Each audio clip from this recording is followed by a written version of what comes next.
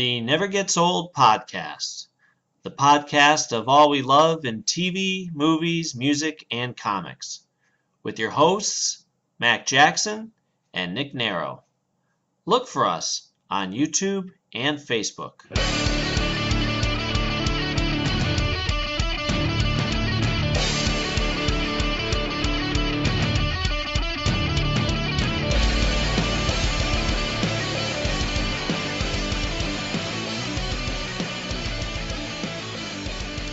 Hi, everybody, and welcome to the latest episode of the Never Gets Old podcast. I'm Mac Jackson. And I'm Nick Narrow. And today we have, like I said last time, the co-owners of a production company I'm pretty familiar with, Kyle Schiffert and Ryan Fox. How you doing, guys? Happy to be on the show. Glad to have you. We are just fantastic. I feel like it's like a late night radio talk show. Probably have about the same amount of listeners, but I don't know. I think we do all right. Yeah, sometimes. Yeah, just got that one jerk who keeps giving us the negative thumbs down. Oh, but we did get a thumbs up on the latest one, so we have one thumbs up and one thumbs down. Hey, God bless him. Yeah. See what threats will do? So, you guys are friends of mine, obviously, sort of. Kinda. What's that? Kinda. Kinda, yeah. Doing film, obviously. So why don't you guys tell us a little bit about what you've done so far, and then we'll go from there. Ryan, you want to take this one? I'll let you take it since you had the big night last night. Okay. All right. Well, again, our company name is Time to Back Out Productions. We're a production company based out of like the Lehigh Valley. That's the Allentown, Bethlehem area. But our office is actually in a small town called Topton. So it's just kind of my spare room right now. And we have a couple projects going on. We just finished a short film called Like There's No Tomorrow, which we actually just screened last night. We're in the post-production on our first feature titled Destillation, starring Nick Narrow. And we got a couple other things in the works right now. So just trying to keep busy and get our name out there. So. How did the production company get started? Well, a few years ago, we, I was actually writing for a while, writing screenplays and things like that. And Ryan, my partner, he was in the Marine Corps, and we were talking when he was on leave. He used to come home and visit and things like that. And we talked about writing together and just kind of coming up with a screenplay. And eventually, he got out of the Marine Corps and came home, and we just decided to start making movies. Yeah, not having jobs helped with that. What'd you say? So not having jobs really helped with that. Yeah, a lot of free time to be productive. Unemployment. We were actually both unemployed at the time, which was kind of awesome because it's, I'd love to go back to not being unemployed, but just working on screenplays all day and movies. And, while my wife was at work, I was at home, writing, and, we were running around the woods filming stuff and things like that. So unemployment. Now somebody already had a camera, I'm guessing? Yeah. Well, we the first film we did was more or less I guess you want to call it a learning experience. We used like a consumer Samsung camera that I bought for my wedding just to, film things at the wedding. And that's what we used, and it was a mockumentary horror movie starring us, so it wasn't very great. It was awful. You got to start somewhere. I mean, that's what I used to do when we were like anywhere between 10 and 18. We just had the little handy cam, and we did all the edit in camera, like stop, go, and then like whatever sort of titles you could put on while you're filming, like you could put like the day or where it is or whatever, just type it in the camera. We did that and just kept changing them and changing them. It took forever and it looked like crap, but that's where you start, you know. Well, and I did do that too, like with my brother with the old VHS tapes and that kind of thing. Yeah. I mean, we were probably, what, 23, 24 when we were doing this? So... 26. Still. But, you know, it was a way for us to kind of do some takes, and we got familiar with editing, and, you know, we made a poster, and it was just sort of like just the basics. You know, we didn't want to bring actors in and film with this terrible camera without having a boom mic and all that kind of stuff. We just wanted to kind of dip our toes into the water and see if we liked it, and then, you know, after that we saved up some money and bought some equipment. So Yeah, much better. Yeah. Good stuff. So, like we've hung out a bunch of times and stuff, but I don't know if we've ever talked about what got you guys wanting to make films, like be filmmakers. What inspired you? The love of movies. Well, yeah, obviously, but like anything in specific, like, I mean, it's no secret that like Raiders of the Lost Ark and Back to the Future are what made me want to be an actor. You know, those guys inspired me to take do that when the opportunities came. You know, Harrison Ford and Michael J. Fox, guys like that, made me want to do what I'm trying to do now. So like, was there any specific time where you're like, or movie or even TV show that you guys saw and you're like, I want to do this. I won't be happy until I'm able to do this. You know what I mean? For me, being Kyle, probably the big thing was when I was in college, I started writing a little bit just because I wanted to write. I just wanted to see if I could do it. And I was heavily into Quentin Tarantino, and Reservoir Dogs was probably my favorite movie at the time. And, you know, I was like, I watched it a bunch of times, and you got into the special features. And they started talking about how he made this movie for like $30,000. And I'm like, this is a fantastic cult movie, and he made this for $30,000. Not $30 million, $30,000. And it just sort of became a real thing. Like, you know, I guess I never realized up until that point that you can make a movie for less than $1 million. Like, how am I going to get a hold of $1 million? Yeah. So, you know, I started writing from there on out, and I thought, well, I'll sell a screenplay, and then I'll, you know, get some money together and make a movie. And, you know, writing screenplays became a very frustrating experience because I loved writing, but it kind of never went beyond that. I mean, you could find people to read your screenplay, that was great, but, you know, it was like trying to sell a screenplay is like crazy. Like, there's like thousands and thousands of screenplays out there because anybody could sit down and write a screenplay. So eventually it just kind of got to the point where I was like, yeah, I just want to make a movie and stop writing and just dreaming about it. So, I mean, that's kind of what it all led up to for me. So. Okay. I think I've always wanted to, ever since I was a little kid. See, I would have liked to have acted, but I can't act. I'm not like you, Nick. Yeah. You're way better at it than I am. That's still debatable too. So. You haven't seen me act, so you can think low of yourself, but I'm worse. You think you are a really good actor. Thank you. Miles done what we did, but I've always wanted. You have to say nice things about me on my podcast. So. Say nice things about you in your podcast. Yeah. You know, but there's no one movie or anything that I can really think of. I think maybe because movies out there are just so like cookie cutterish, and the fact that there's not as many original things as there used to be when I was a kid. No. Now it's all, you know, it's all the same. It's like we can do better than that. That's just what I think. Yeah. I mean, even when we were kids, and a lot like we were all kids in the '80s, except for Mac, who's a little bit older in the '80s. But I mean, I feel like movies always have had sort of a pattern or a formula to them, depending on what type of movie it is or genre. But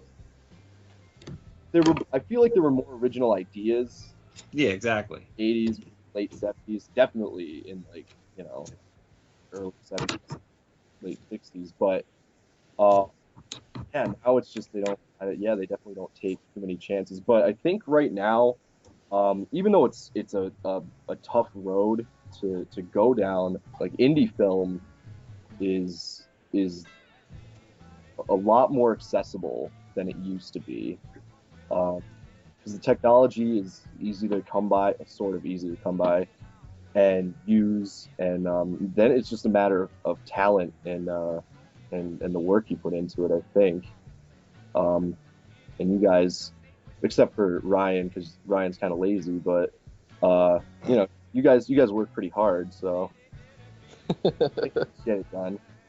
Yeah, well, I mean, that's what it's all about. Just coming up with an idea, and if you can pull off that idea, that's great. Or if you can't, then find another way around that idea. The example I like to use all the time with ideas that would be great, but we don't really have the capacity to do it, is with Desolation. And I don't know if we ever really expressed this outwardly, Nick, but when we were shooting it, all you guys had guns, but nobody ever actually fired them. Yeah. And we had talked about like doing it, but I'm like, I don't really know. Like, first of all, I don't want to be shooting blanks at people because we don't have like paramedics on site, and I'm not really sure about all that goes into that. Plus, I don't know how you guys would feel about having blanks fired at you with us really not knowing what we were doing. So what we wrote around it was, that they were hiding out in the woods and it was a bank robbery and things like that, and they didn't want to alert the police to where they were. So nobody fired guns at each other. They just threatened each other a lot. So, I mean, it was just sort of our creative way of getting around, something that we weren't capable of. So in the script too, I feel like it's more realistic that they had them but never used them, because they're just normal people. Like how gung ho would you guys be to just like in a situation like it happens in the film, to just pick up a gun and shoot at somebody? Like, I mean, maybe obviously Ryan was in the Marines, but like, so you might be a little bit different. But for me and Kyle and Mac, like if someone was like coming at me and there's a gun, I don't know what I would do. Probably not shoot it, but just maybe threaten with it. It's sort of like what happens in the film. So right, it's a little bit more realistic, even if it's not as exciting as a John Cena movie or something like that. I find it realistic too, because the moment you even pick up a gun, you're in a different headspace. And if every movie or every show or whatever, the moment you pick up a gun, well, now it has to be fired. People are expecting you to shoot that gun. Yeah. So, and then that becomes a cliche, and then you're just waiting until you do shoot, and then how do you handle that moment? You know what I mean? Right. I've fired guns, target practice or whatever, and you're in that moment. You don't, it drives me nuts when you see a movie or a show where they shoot at somebody and then nobody ever talks about it afterwards. Like, you watch the cop shows and they holster their gun after they either shot somebody or the guy got away, and then they just move on with their investigation. In reality, you'd be like, did you see that? Did you see how close I got to shooting that guy? You'd talk about everything that just happened. Yeah. Nick was originally supposed to shoot Owen. Oh, really? In the leg. You were supposed to shoot him in the leg. Okay. You were. Yeah. Don't think we ever had you talking about it afterwards. I can't remember. It was briefly that was what you were going to do, but then we changed all that. Okay. Because I can't remember why now, because it was like forever ago. But you were going to shoot him to alert the police. Well, maybe we should just jump in here and pitch Desolation a little bit, because we're kind of talking about it and not really explaining what it is. Right. Desolation was our feature film that we got done shooting it over the summer. It's in post-production right now. It's basically on the surface, a bank robbery thriller about these guys that are down on their luck, one of which is Nick, and they rob a bank, and they're kind of being led on by this seedy character who says, trust me, we'll rob this bank and everything will be cool. And he leads them out in the woods, and it turns into a whole thing where all these different people sort of start getting involved and want these bags of money after they hear about it on the radio and things like that. And that's kind of like on the surface, it's this bank robbery thriller, but you start seeing flashbacks of each of these characters and why they want this money, and a little bit about their history. And on the surface, some of them look like bad guys, but you kind of see behind the curtain, and they're not really bad guys. They're just kind of people, and they're putting on an act or whatever. So I mean, I think it's kind of a clever idea. Instead of just doing this straight bank robbery thriller, we kind of put more humanity to it. So that's what Desolation is about. I think that's key to setting you guys apart too. Like anytime, you're right, because it's too cliche to be bank robber, big confrontation. Now the guys who robbed the bank together aren't getting along. That's not going to end well. But to throw the humanity in this, I think, is what people would remember. Make them want to see it. Right. Just from your description, I want to see it.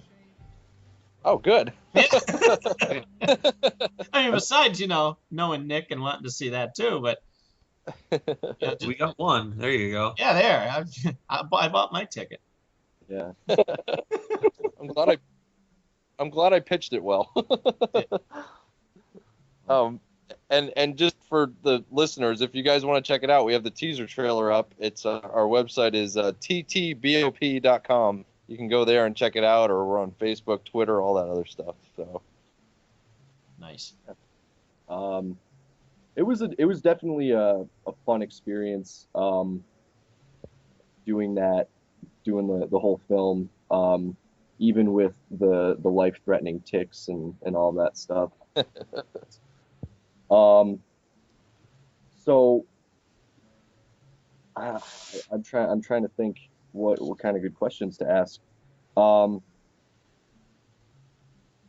So what do you guys want to do next, as far as film stuff goes? Like, now that Desolation is almost done and ready to deliver to the public. Go ahead, Ryan. You want to take this one?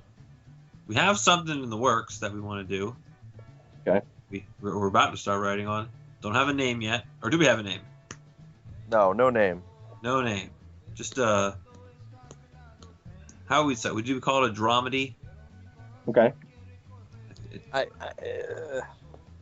not sure if I want to go dramedy yet. The basic premise is it's the apocalypse, and it's been the apocalypse for a while. Like I forget if it was like, we're still working on the idea, but basically like a terrorist apocalypse, not necessarily like a World War nuclear apocalypse, not like a zombie or biblical apocalypse.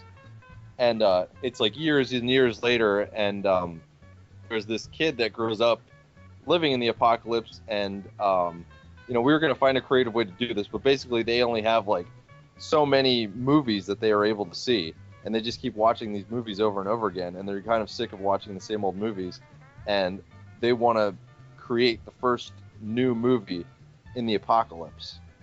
Oh, that sounds cool.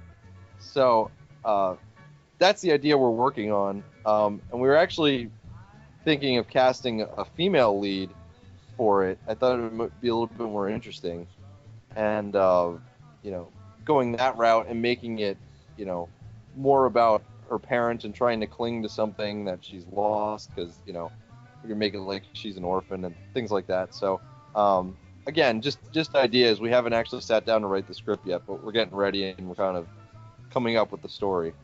So that's neat.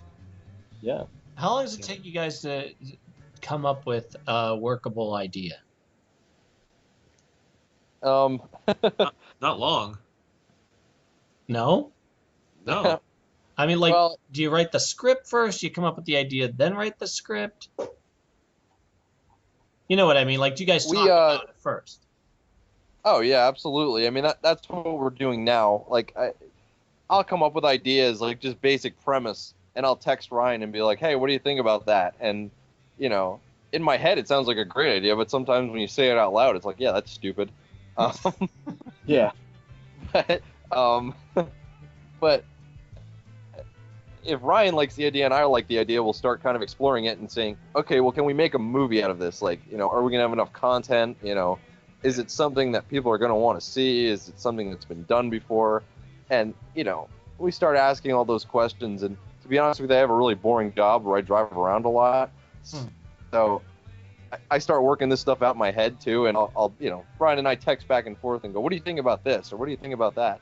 And it just sort of, organically happens. Like, right now we're in post-production on Desolation, but I'm always thinking of new ideas. And I actually have a book that I just write them down in. And, there's lots of ideas that we just put on the back burner until we have time to do it.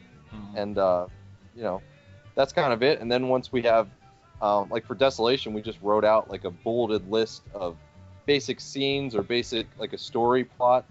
And then we went to town and wrote it. So. Yeah, sometimes the boring jobs are the best jobs.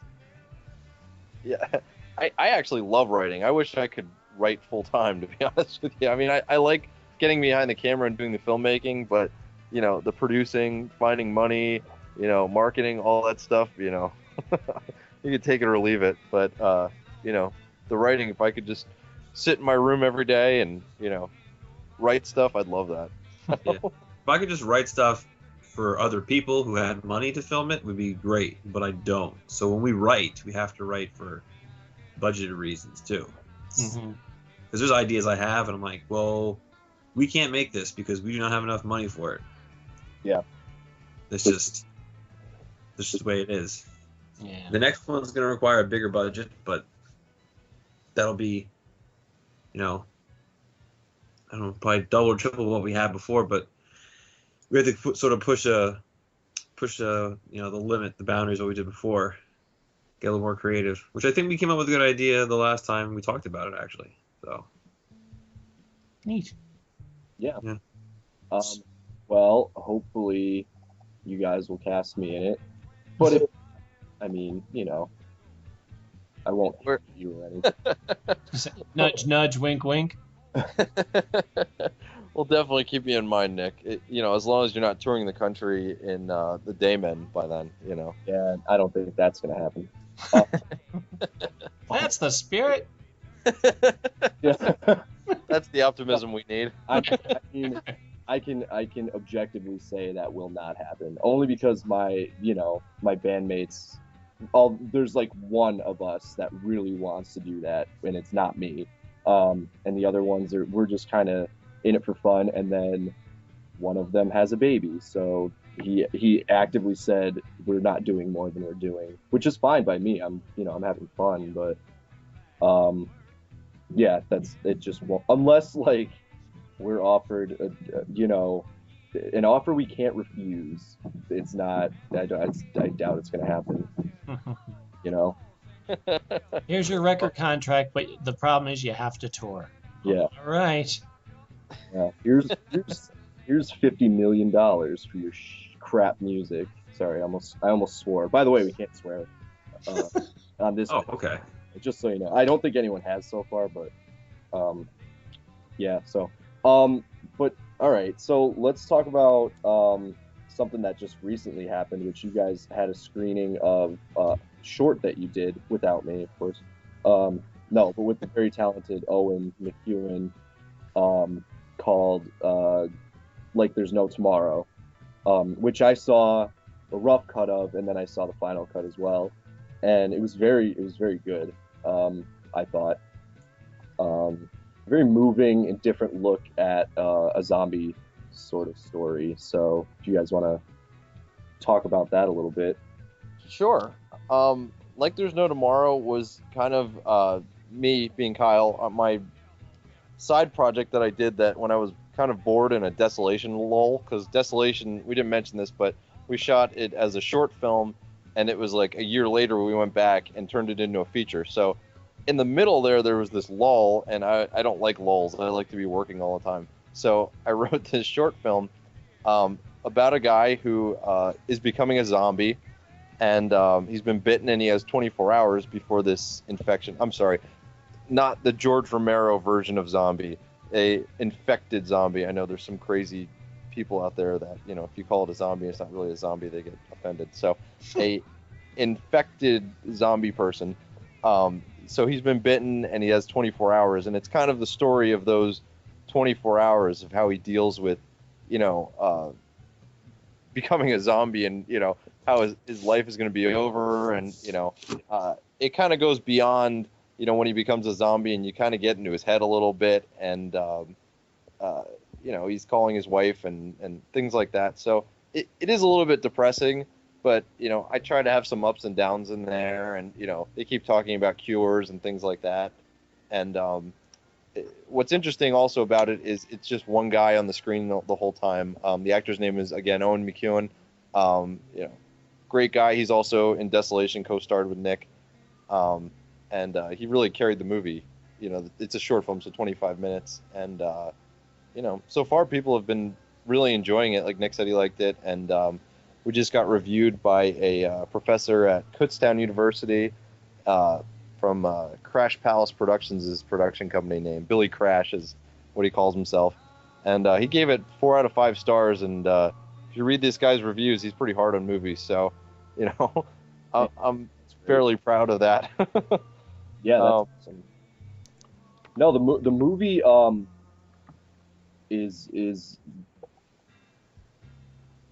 like I said, it's a much different sort of look at what could happen to a normal person in that situation. I mean, The Walking Dead is one way of looking at this quote unquote zombie apocalypse, and the Romero films are another way.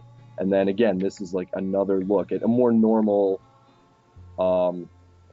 sort of reaction to what happens. And again, like you said, it's just one guy the entire time. He makes calls and you hear other people, but it's just him, which again is really hard to pull off and keep interesting and compelling. And you guys did it, so that's really a good sign right from the get-go. And like, yeah, Owen is fantastic in it,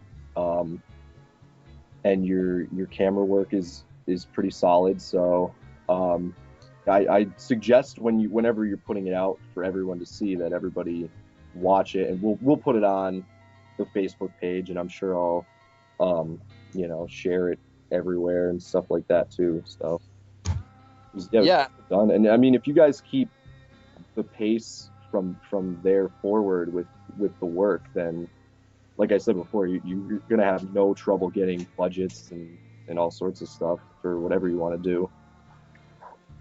We're actually making some great contacts. We last night we had a screening, and it was this production company in Philadelphia called Front House Pictures.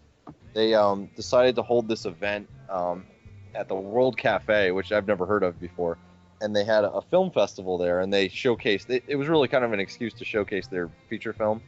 But they had a little film fest for the 3 movies that they picked. But the problem was the 3 movies they wanted had to be like 10 minutes or less. So Like There's No Tomorrow is 25. So I said, well, the heck with it. I'll send it in. It was like a free film fest, which hardly ever happens. It's usually at least $30.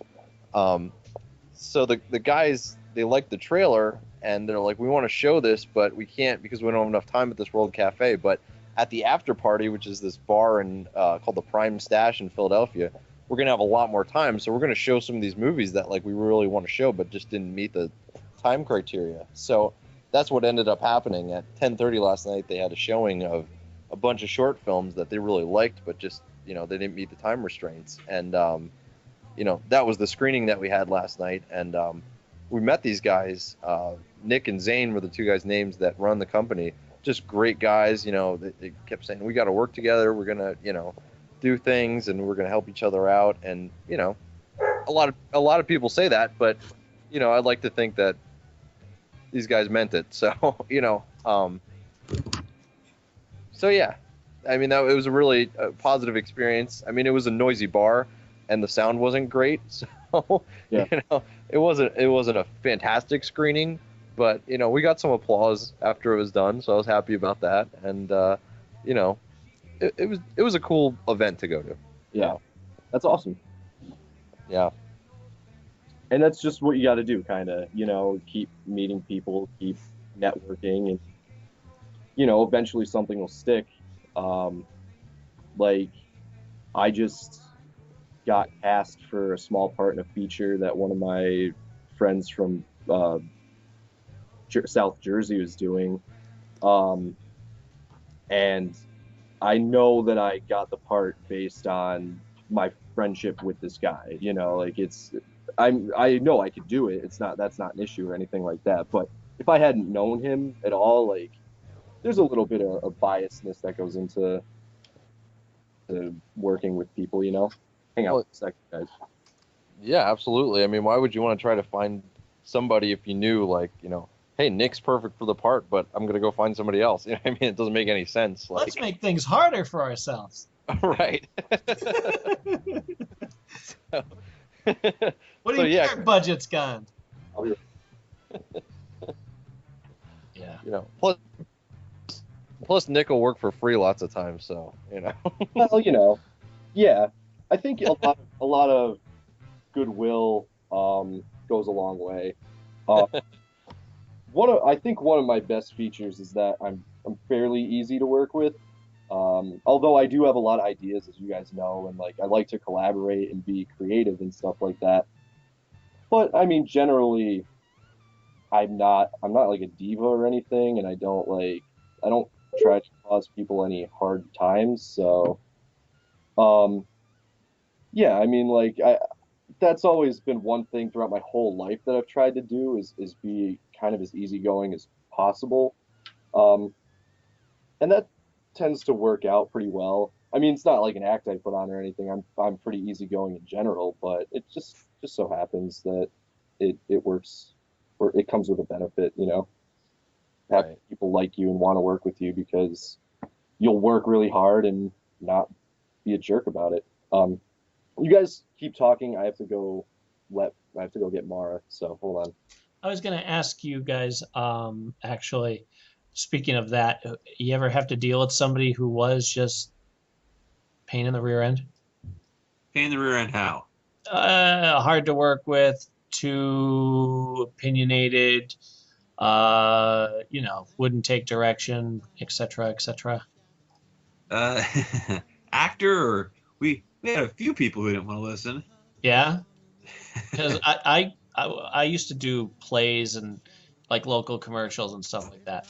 And there was this one guy who actually got himself kicked out of the play because he kept second guessing the director, and just like it to a point where you're like, shut up, this isn't, you didn't write this play, just do what she's telling you to do.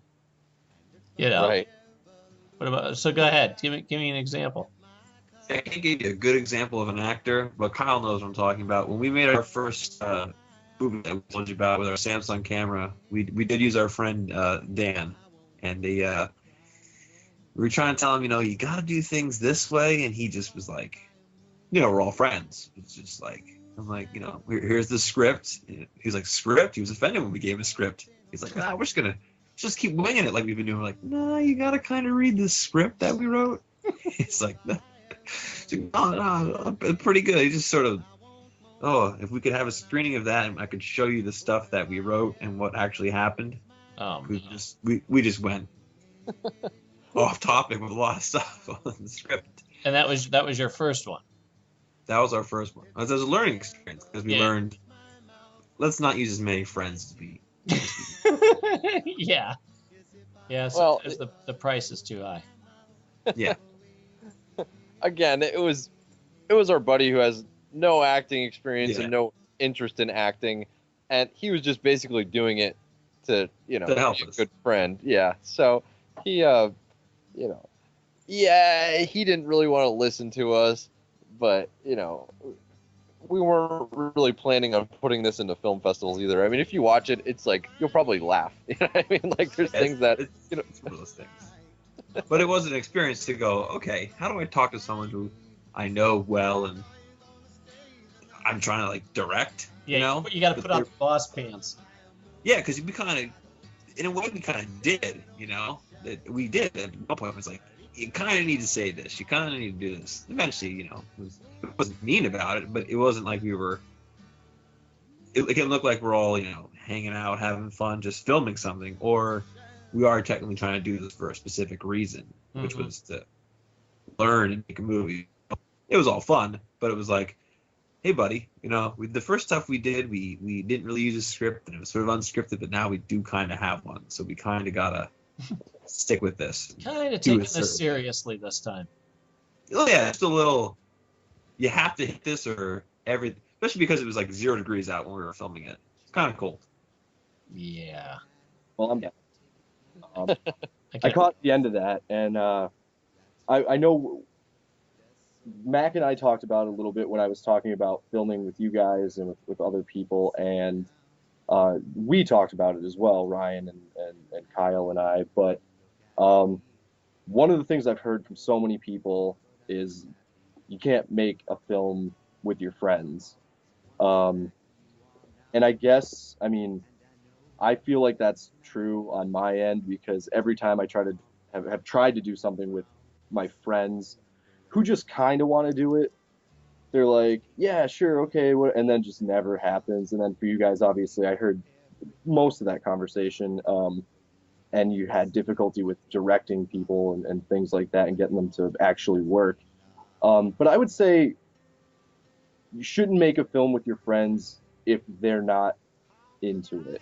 You know, if they don't want to accomplish the same things you want to accomplish, then don't do it at all, because it's not worth it, obviously. But if you have friends that, like we're friends, that can give you the time and give you the energy and the passion for the project, then yeah, absolutely. There would be nothing better than that, I think, as far as an end result goes, because you don't have any better chemistry than that with your friends, you know? So if all goals are the same, then you should probably dive headfirst into it. But yeah, if you have people you know that you're just like, come on and be in this movie, then it's like, no, can't really do that. And you guys met through working together, right? Right. Yeah. So that's what came first. That's, you know, that was the foundation of any friendship after that. Yeah. Right. We were Nick's boss. Yes, of course. I mean, someone can be your boss if they don't pay you. Yeah. I have money for you. You forgot it. Oh, did I? Darn it. Yeah. Is it $1 million? Because that'd be great. No. That'd be great. No. Well, it was hot dogs and sandwiches. I don't. That's not a big deal. You guys know that's not an issue for me. I like the experience. I know you guys do too. I mean, yeah, you want to create something that you could show to people and have them think it's awesome and stuff. But I mean, when you start out, everything's a learning experience, and you're just, you know, refining and crafting. And I don't mean just on the actual making end, even on the acting end, just all of it. The whole process is like, you got to figure it out until you start getting it right. You know, that's just, it's like anything else, any sort of talent or skill. It just takes time to work it out. So, right. Well, you know, kind of back to the working with friends conversation. One thing that kind of sort of changed from that first production, which was, you know, us going out, just all of us as friends with the camera, because it was a mockumentary, so the actors were holding the camera. It was very, very, very informal. And then, you know, our next production, you know, we had waivers to sign. You know, we were very official. We needed to get started on time and blah, blah, which, you know, as you know, never happens, especially, you know. But it just sort of, you set a tone for people. And we did use a couple people that were friends and stuff in Desolation, and, you know, they did great jobs. And, you know, you stressed to them, hey, you have to be there. And, you know, if you're not going to be there, you need to let us know, because we'll cast somebody else. And they wanted to do it, and they were there. And just, you know, you expressed to people how important it is, and just sort of set the tone. And, you know, I feel like we've been all right with that. And, you know, yeah, there's some people like Dan. Dan doesn't really want to act, you know what I mean? And, you know, he did it for us because he's a good friend, but he kind of said, yeah, I don't really want to be an actor, but you guys need somebody, so I'll do it. So, you know, that was kind of the result we got. We used him despite the fact that he didn't really want to do it. Yeah. So For Desolation, though, I think the one thing that will help get people who aren't necessarily actors to perform and to give kind of their best is if you do have some actors in the production, which like you had Owen and me. Again, I'm not trying to say it like in a conceited or arrogant way, but like we've done acting for a long time, and it's possible that the other people are like, okay, they've got actual people here that are serious about this, so we got to be serious about this too. Whether they want to goof off, and we did our fair share of like being kind of silly while we're filming and stuff. But when it came down to like, okay, we're ready to shoot, we did it, and I think we did a really good job, and everyone who was there, I thought, did a great job. So, but I think it kind of helps, when they see that it's kind of serious, like it's like, okay, well, we definitely have to do this. We can't just screw around. I always find that I don't know where I heard this before, but it when you're talking about working with friends or not, if you're willing to do a job or something that you love, if you're willing to do it for free, then that's your vocation. Like Nick is saying he doesn't care about the money, and that's the type of people that you want to work with. If they happen to be your friends, great. But I know, being a musician, I've been burned so many times by people who started off like you guys said, yeah, we're all for it. Yeah, we're gonna do this, and and we're gonna work together. And then eventually something shiny happens, and they can't be interested anymore. You have commitments, and then it breaks your heart when people don't live up to them. Yeah. For the most part, for us, it's worked. I mean, we've gotten it done, but it's easier when the person is an actor.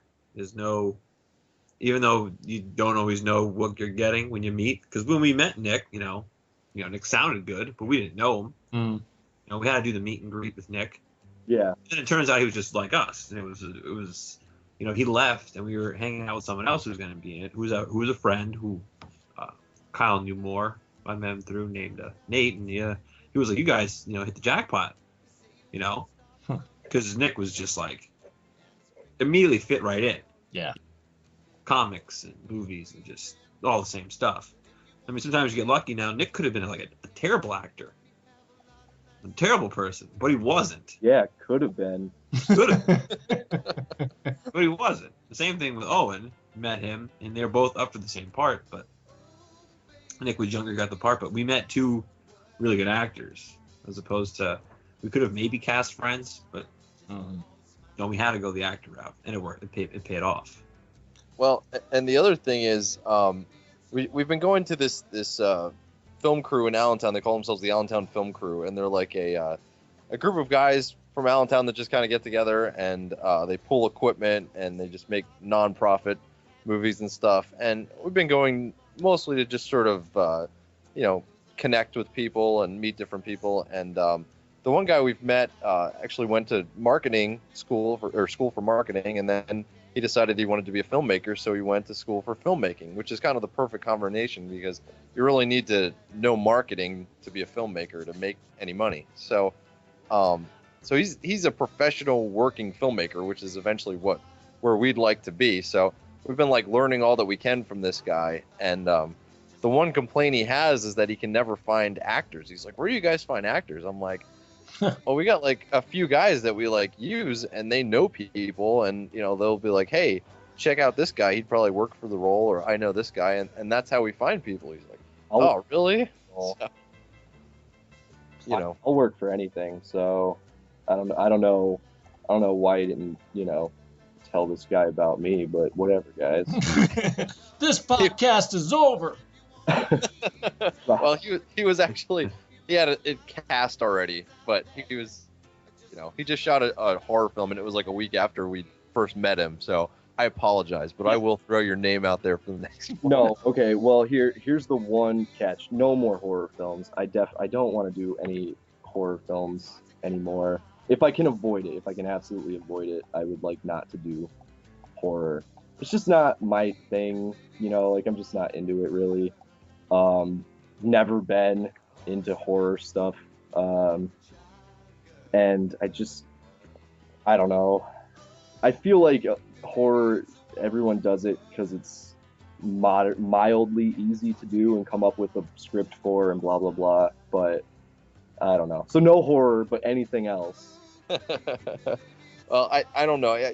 We just saw the trailer, or I just watched the trailer for his movie. It looked pretty good, but he does a lot of documentary type of stuff too. So he actually just hired me and Ryan, I guess too, to direct a instructional. He's putting together an instructional video for special effects makeup. He met the special effects artist, and he wanted to do like an instructional DVDs and sell these things. And he asked me if I would direct, and I'm like, all I have to do is show up on set and direct. He's like, yeah. He goes, I'll give you 13% of the profits. I was like, done. Yeah, all right. So, even if it never comes to fruition, it's I'm meeting new people, and Ryan and I get to go out and just sit in a chair and go, no, move the camera that way, or Well, the great thing is to meet all these people and see, the kind of paths that they're sort of taking towards being successful, or if they are successful, how they got there and whatever. But I think one thing that most successful people will tell you, no matter what it really is, like it could be any sort of job or field, but there's really no one way to do it. And if you think there's one way to do it, I don't think it's going to be it's not necessarily like the most creative or enjoyable way to do it, I suppose.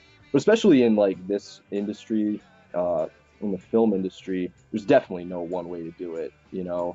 There are famous directors and actors and all sorts of people who started off as one thing and then worked to this and that and jumped and then finally got their break. So I mean, you just keep going. If you feel strongly about what you're doing and you do it well, you could end up succeeding.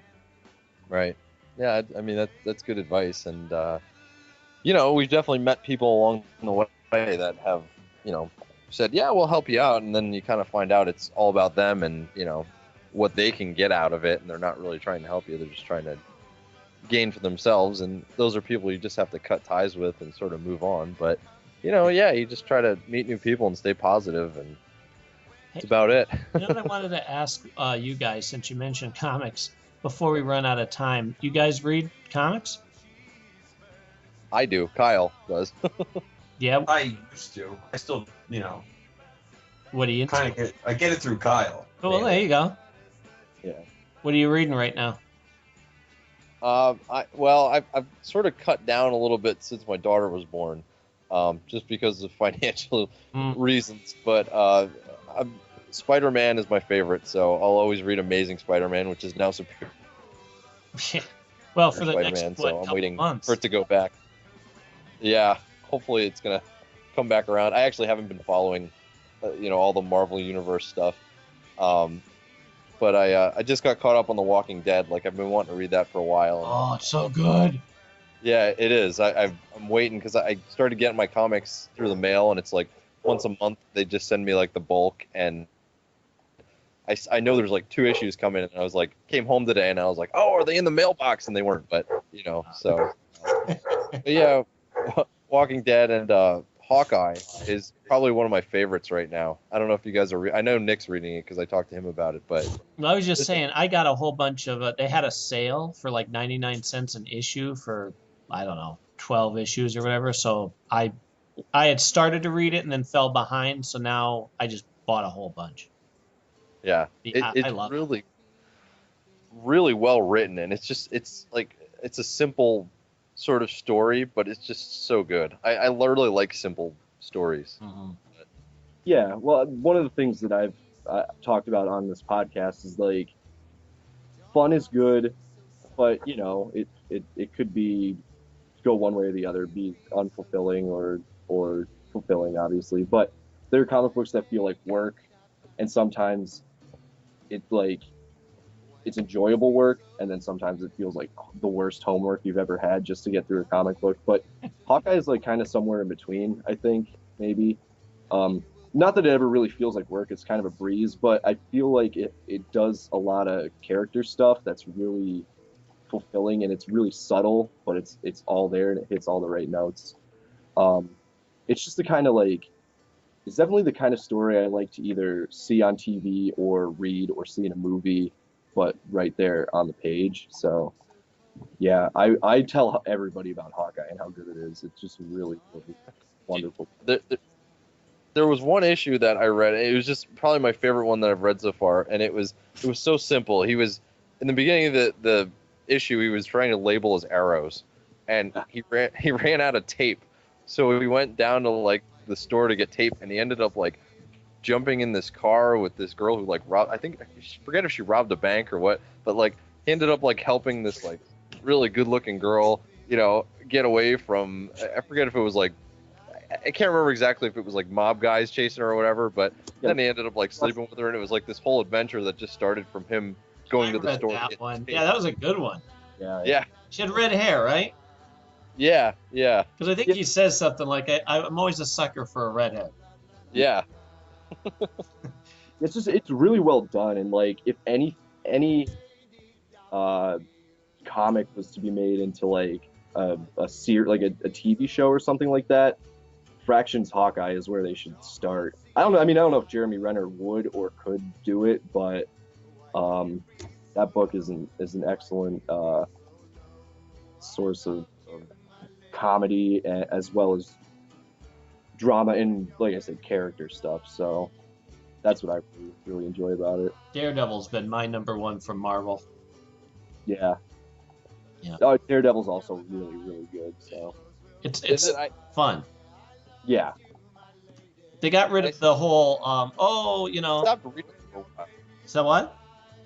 I said I stopped reading it for a while. I forget why. If they stopped making it, or if there was a lull, or I don't remember what the reason was. But I stopped reading it, and I haven't picked it up again. But if you guys are saying it's good, maybe I'll start reading it again. It's the Mark Waid. They just came out with basically they're starting again because that's what Marvel does. They do a bunch of issues and then say, look, we're starting, brand new.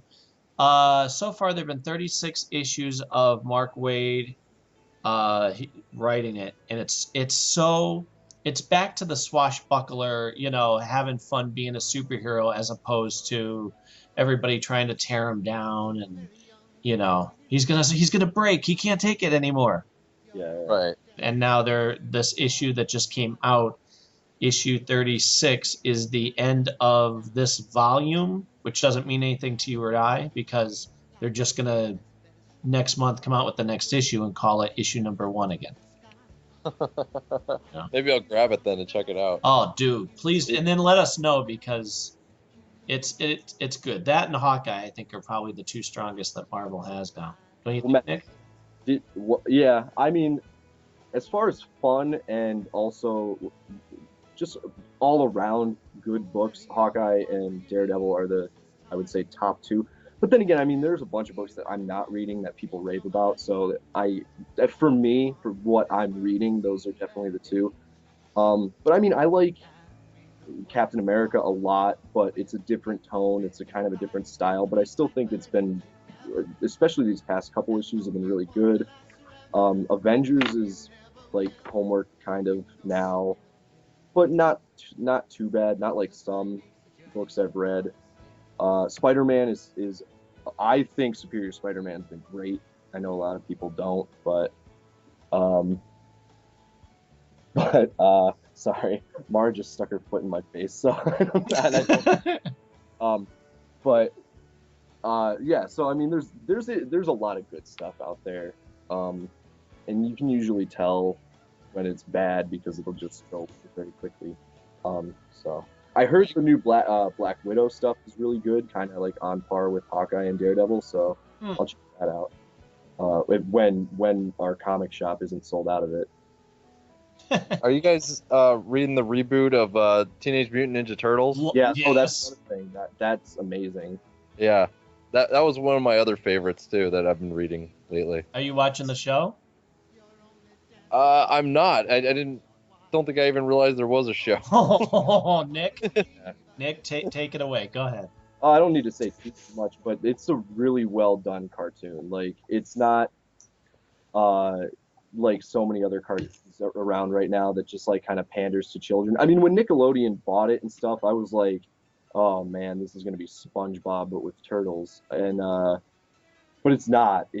It's very like kind of in line with the comic, a little bit less mature than the comic kind of comes off, but yeah, it doesn't talk down to its audience. It's very accessible for people of all ages, and the thing that Mac and I talk about when we talk about the Turtles book is, and the show, is that they both pull from like all different facets of the Turtles lore, like whether it's the original comics or the cartoon or the movies or even sometimes the '03 series that they had. It pulls it all together and kind of like melds it all in a nice organic way. Doesn't seem like forced or stupid or anything like that. There's nothing that I've read so far or even seen on the show that I've been like, that's super dumb. You know, that I've never been given even a slight reason to like stop reading it or watching the show. So yeah, I do really enjoy what they're doing with the Turtles lately, except for the Michael Bay stuff. Ugh. That's gonna come out. I don't know if either of you guys have seen any of it. But yeah, I was checking it. It's funny because my daughter, who's 2.5 years old, I'm like always trying to find new movies to watch with her because like I'm just trying to like she's a girl obviously, so I'm trying to get rid of like the princess stuff. Hey, your daughter's a girl. Yeah. You heard it here first, folks. Glad you told me. I didn't know. Come on, guys. I was out till 2 a.m. last night. Give me a break. Go ahead. You're also hyped.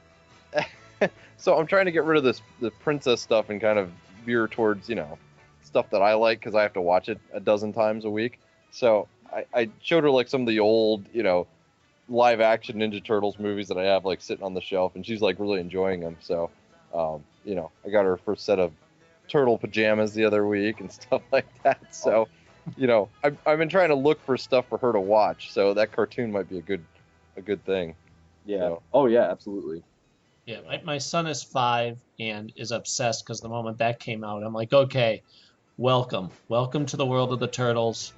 I adore this, and so ever since it's Batman and the Turtles. Like he has a picture on his wall that he drew of Batman and Leonardo. So I'm like, okay, that's interesting. you know, and my daughter's 2, and she turtles every time she sees them. So she's being raised well too. Yeah, that's good. Your daughter's a girl, correct? Hang on, let me check. Wait. Yep. Still not sure. You're still not sure. I try not to look too close. I was doing pretty good, guys. That was the first thing I screwed up. I'm like running on fumes here, so You're you know. fine. Well, maybe it's time. We'll wrap this up. But I mean, you guys on whenever you're free. Yeah. Now that we have this Skype thing situated, so. Yeah, absolutely. When things get closer to Desolation, we might want to come on here a little bit more when you know, we're getting ready to launch it and really start promoting it. If you guys wouldn't mind us back on the show. That's No, perfect. absolutely. Because I'm sure we got tons more we could talk about. But. Oh, yeah. Yeah, we kind of veered off into a comic book conversation. Well, that's what we do. Yeah. Well, yeah. Actually, before you guys go, since I have 3 of you there, what do you think about the Fantastic Four casting news? I didn't even. Did they cast people for? Yeah, it was officially announced. Oh, geez, I don't even know. All right. Well, I'll wait until you see it then. I was waiting. I thought you would have heard. No. You can let us know. I don't know if Nick's gonna have a problem with it. I heard they were making a new movie. That was about as far as I got. All I heard lately was that they were thinking about making Dr. Doom a woman. Oy. Okay, well, I guess they haven't cast Dr. Doom yet. Well, no, they just they released who the actual team is going to be. Okay. And it's definitely going to be Michael B. Knight as the Human Torch. Okay. Everybody else is white, so I don't know. Somebody just posted, I guess he's going to be adopted, because if they're brother and sister, and they are in this version too. Okay. I guess he's supposed to be adopted. Let's see. Miles Teller as Mr. Fantastic, Kate Mara as Invisible Woman, and Jamie Bell as the Thing. Now I don't know any of the rest of them. I only knew Michael B. Jordan. I've heard of Kate Mara, but I can't I can't picture her face, so I'm just gonna Google her real quick. Yeah. Well, and I read what the who knows how true it is. The idea of the movie is completely different from anything we knew about the Fantastic Four. Well, I don't care at all about the Fantastic Four, so I'm not really that worried. Yeah, I was same way with the Guardians of the Galaxy. The trailer looks fantastic, but before that, I never cared about them. Yeah, so whatever. We'll see. I should have told you from the get-go that I don't care who they cast because I don't think they're fantastic. Yeah, I'm curious, but again, they saw what they did with the original two movies. Yeah. Yeah, they were fantastic. They were doomed. So, do we have a song to play us out at the end of this episode, or? I didn't think of one. Bottle or Hey, no? you guys have a favorite song that you can agree on? It'll be our song for the week. As long as I can find it on YouTube. You guys can rock paper scissors right now to. Go Ron, beats that. All right, Ryan, you just won. No, I don't. I have no idea for a song what you want. What do you usually play? Play something from the Daymen. Anything. Oh, you want to play a Daymen song? Yeah, play something from the Daymen. From the Daymen. Oh, you know what? Here, why don't we do this? Google Paint the Town Careless. We shot a music video for those guys. What was the song that you guys used? It was called Too Much Fun for a Wednesday. Okay, there you go, Max. Hang on, let me see. Lead singer's got a huge head. I don't know if it'll show up. If it's on YouTube, just type in Paint the Town Careless, and then you'll go down and you'll see a music video. It probably has the most views. The Town Careless. Let's see. Yep, found it. Director's cut. All right, well, there we go then. That'll be our song. All right, great. Good choice, good choice. Thank you for playing along. You tell Kyle. I guess. All right. Well, then, thank you guys for coming on. Yeah, thanks for having us. We appreciate it. And give us the name of your website again, just one more time before we go. Oh, sure. Well, our company name is Time to Back Out Productions, so it's just the initials, so ttbop.com. And when you get on there, you'll see a whole line of social media, so YouTube, Twitter, all that jazz. Just click on there to find other stuff. Because I'm following you on Facebook, so. Okay, yeah, great. You can also follow us on Twitter. We got a YouTube channel and all that stuff, so yeah. I don't know if you guys are on Twitter or not. I haven't looked for you yet. Oh, yeah. All right, I'll look for you tonight. All right, it's Mac W. Jackson for me. Okay. And Nick? I'm just Be Real Nick Darrow. All right. Be real. Follow me. Trust me. All right, everybody. We will catch you guys next time, and keep those thoughts coming. All right. Thanks a lot. Yeah, thank you. All right. See you guys.